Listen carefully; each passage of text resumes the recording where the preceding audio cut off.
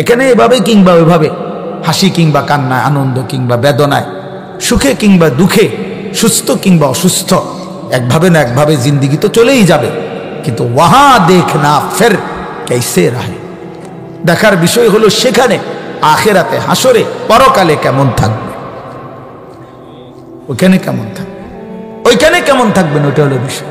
ওই হায়াত শুধু শুরু হবে আর শেষ হবে না। এই হায়াত যেমন শুরু হয়েছে এটা নিশ্চিত শেষ হয়ে যাবে। কোরআনুল কারীমে আল্লাহ বলছেন, ইয়ালামু মা বাইনা আইদিহিম ওয়া মা খালফাহুম, পিছনের এবং সামনের সব কিছু একমাত্র পূর্ণ জানেন তিনি শুধুই আল্লাহ, তিনি শুধুই আল্লাহ। আমাদের সিদ্ধান্ত প্রতিনিয়ত ভুল হয়, আমাদের গবেষণা প্রতিনিয়ত ভুল হয়, বিজ্ঞানের থিওরি প্রতিনিয়ত বদলায়, মানুষের দুনিয়াবি সংবিধানও অহরহ বদলায়, অহরহ। প্রথম মনে করছিল এইটা, পরে দেখছে যে না, 10 বছর প্রয়োগ করে দেখছে, 20 বছর প্রয়োগ করে দেখছে, হ্যাঁ এইভাবে না, তৈলে বদলায়, আবার চেঞ্জ করে। এই জন্য বললাম, আল্লাহ তাআলা এটা বলছেন, ভাই আত্মপরিচয় যে ভুলে যায়, গন্তব্য ভুলে যায়, সে জন্তু জানোয়ারের জীবনে পরিণত হয়।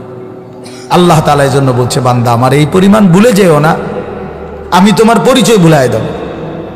কোরআন শরীফে আছে, আল্লাহ বলছেন, ওমান ইউশাকিকির রাসূলা মিন বাদি মা তাবায়্যানা লাহুল হুদা ওয়া ইয়াত্তাবি' গায়রা সাবিলিল মুমিনিন নুওয়াল্লিহি মা তাওয়াল্লা ওয়া নুসলিহি জাহান্নাম। শতভাগ মনোযোগ দিয়ে শুনেন, যাদের হাতে মোবাইল, ভাইয়া এই মোবাইলগুলো নামায় ফেলেন, দেখবেন ভালো হবে। এই হাতে মোবাইল যারা হাতে ধরে রাখছে রেকর্ডের জন্য, ভিডিওর জন্য, এগুলো নামা। দেখেন আমি বললাম, আপনার দিলে কথা জমবে।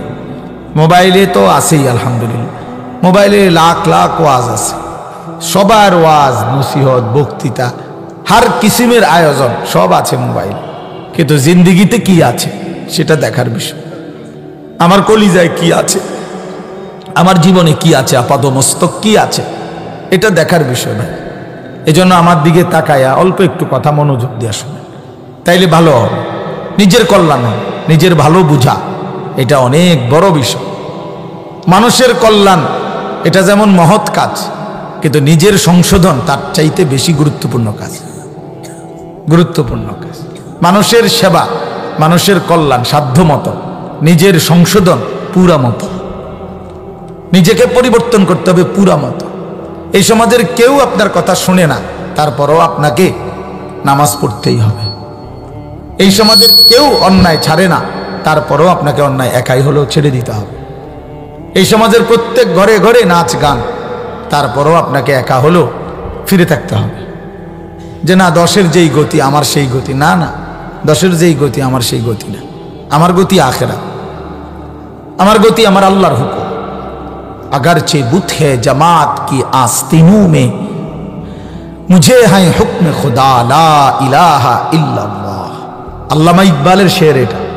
উনি বলছেন মুমিন কেমন হয়, মুমিনের বক্তব্য হয় এমন, মুমিন বলে যে যদি আমার মহল্লার প্রত্যেকের হাতে হাতে একটা একটা মূর্তি থাকে, সবগুলো মূর্তিকে একত্র করেও যদি আমাকে মূর্তির স্তূপের উপরে দাঁড় করিয়ে দেয়, আমি সেই মূর্তির স্তূপের উপরে দাঁড়িয়েও বলবো লা ইলাহা ইল্লাল্লাহ।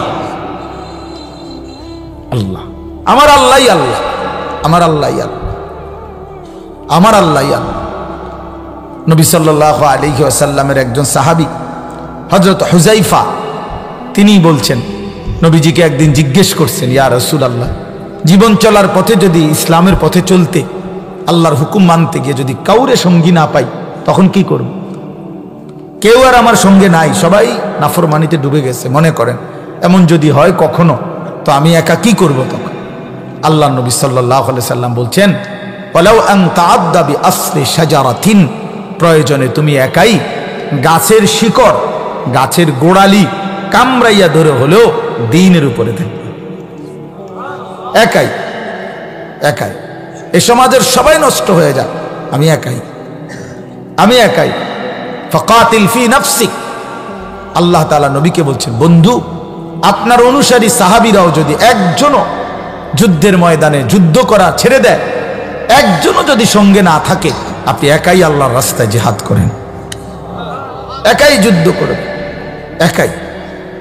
তো এই জন্য বললাম বাপ, আমার অনুরোধ হইল শতভাগ মনোযোগ দিয়ে আল্লাহর কথা শুনবেন। শুক্রবারে জুমার বয়ান, ইমাম সাহেব আপনার এলাকার সব হুজুরকে সবাই চিনতে হবে, এটা জরুরি না। সবাই সমান জনপ্রিয় হইতে হবে, এটা কোনো জরুরি না। সবাই চিনলে উনি সফল, আবার সবাই না চিনলে উনি ব্যর্থ। খোদার কসম, এটা কোরআন সুন্নাহর কথা না, এটা দুনিয়াবি কথা, এগুলো গণতান্ত্রিক কথা।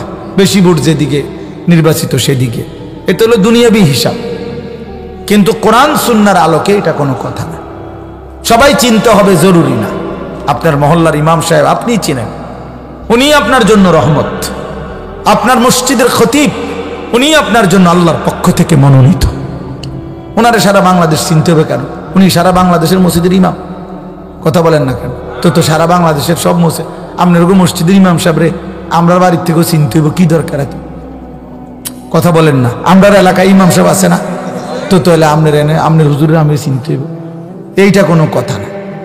সবাইরে চিনতে হবে, এটা জরুরি না। 10,000 মানুষ একত্র হইলে কারো ওয়াজ করলে উনি সফল, 10 জনের সামনে বললে উনি ব্যর্থ, এই কথা কোরআন সুন্নাহয় নাই। ইসলাম সম্মত কথা এটা না। কোরআনুল কারীমের মধ্যে 25 জন নবী এবং রাসূলের নাম আছে। কতজন? তো নবী রাসূল কি মোট 25 জন? তো 1,24,000 নবী, 2,24,000 নবী, এটাও একটা বর্ণনা, দুইটা বর্ণনা। ওই তাইলে 1,24,000 নবীর মধ্যে কোরআনুল কারীমে উল্লেখ হয়েছে মাত্র 25 জনের নাম। তো বাকি যাদের নাম উল্লেখ করে নাই তারা ব্যর্থ। তো তার নাম দিয়ে কেউ জানে না, তো কি চেতে ওনা করে যে চেনে না? আল্লাহ নবী সাল্লাল্লাহু আলাইহি সাল্লাম বিদায় হজ্জে আরাফাতের ময়দানে যখন ভাষণ দিছিলেন, তখন উপস্থিত ছিল সাহাবী 1.25 লক্ষ সাহাবী। তাহলে 1,25,000 সাহাবী ময়দানে উপস্থিত ছিলেন আরাফাতের ময়দানে। এখন বলেন তো, পৃথিবীর কোন, অনেক আলেম আছে, জিজ্ঞেস করে দেখেন, পৃথিবীর কোন কিতাবে আপনার 2,000 5,000 কোন সাহাবীর নাম নাই, নাই। 2, 4, 500 হাজার খানিক সাহাবীর নাম মিলাইতেও বহুত কষ্ট হবে। সব কিতাবে একত্র করে একবার বাড়ি চালান দিলে, বুঝেন না কথাটা? যদি বাটি চালান দেয় তাইলে হয়তো আরো এই শতখানিক হাজার খানিক সাহাবার নাম হয়তো মিলতে পারে সারা পৃথিবী জুড়ে। মনে করেন 5,000-এ মিলল, তো আরাফাতের ময়দানেই তো ছিল 1,25,000 সাহাবী। তো 5,000-এর নামই মনে করেন সবাই জানে, কথার কথায় হবে না, তারপর ধরলাম। তো বাকি 1,20,000 সাহাবীর নাম পৃথিবীর কেউ জানে না, কোথাও নাম নাই ওনাদের, কোনো কিতাবেও নাই।